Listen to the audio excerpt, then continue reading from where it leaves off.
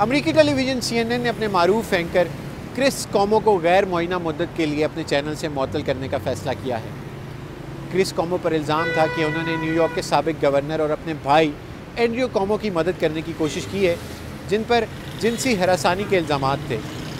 Andrew comma کے خلاف new York کے اٹارنی جنرل نے تحقیقات کے نتائج کا اجرا کیا تھا، جن کے مطابق اینڈریو کومو نے 11 مختلف خواتین کو جنسی طور پر ہراساں کیا۔ اس ساری صورتحال کے بعد دونوں بھائیوں کے کیریئر کا تو خاتمہ ہوا، مگر یہ پورا خاندان بھی بکھر کر رہ گیا۔ دوسری جانب گورنر اینڈریو کومو نے ان الزامات کی تردید کرتے ہوئے کہا ہے کہ وہ ان خواتین سے معافی کے طلبگار ہیں جن کو ان کے رویے سے دکھ پہنچا ہو۔ کرس کومو اور اینڈریو کومو کے والد ماریو کومو 1980 اور 90 کی دہائی میں گورنر تھے، اور خود اینڈریو کومو کو اکثر ممکنہ صدارتی امیدوار کے طور پر جانا جاتا تھا۔ وہ 2022 میں دوبارہ انتخاب لڑنے کا ارادہ بھی کر رہے تھے۔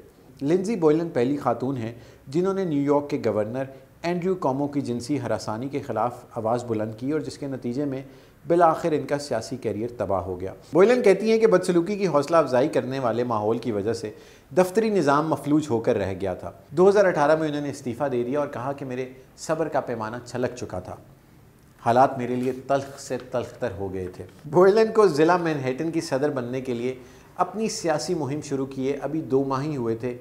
وہ 2019 میں امریکہ کی رکن پارلیمان بننے کے لیے بھی میدان میں اتری تھیں کہ دسمبر 2020 میں صدر بائیڈن کے ماتحت اٹارنی جنرل کے ممکنہ امیدوار کے طور پر کومو کا نام سامنے آ گیا۔ اپنے سابق باس کے ممکنہ طور پر ملک کے طاقتور ترین قانون ساز بننے کی خبر نے بوئلن کو ٹویٹس کرنے پر مجبور کر دیا، جس کے بارے میں وہ کہتی ہیں کہ یہ اپنے کیریئر اور زندگی پر جوہری بم گرانے جیسا تھا۔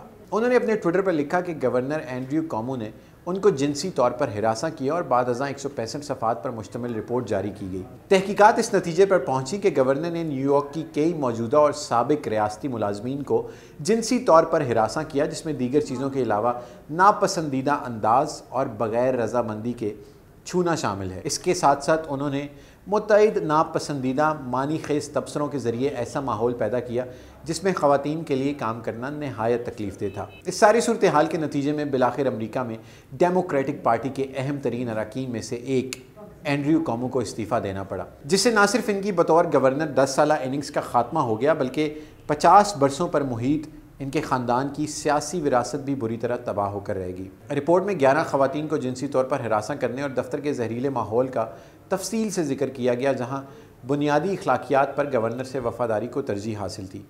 کرس کومو کے بڑے بھائی اینڈریو کومو نے عملے کی 11 خواتین کی جانب سے جنسی ہراساں کرنے کے الزامات کے بعد اگست میں نیو یارک کے گورنر کے عہدے سے استعفیٰ دے دیا۔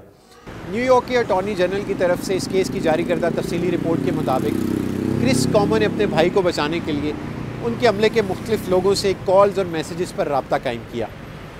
کرس کومو کی اس حرکت کو صحافتی اقدار کی خلاف ورزی سمجھا جاتا ہے، جس کی بنا پر CNN نے کرس کومو کو اپنے چینل سے غیر معینہ مدت کے لیے معطل کرنے کا فیصلہ کیا ہے۔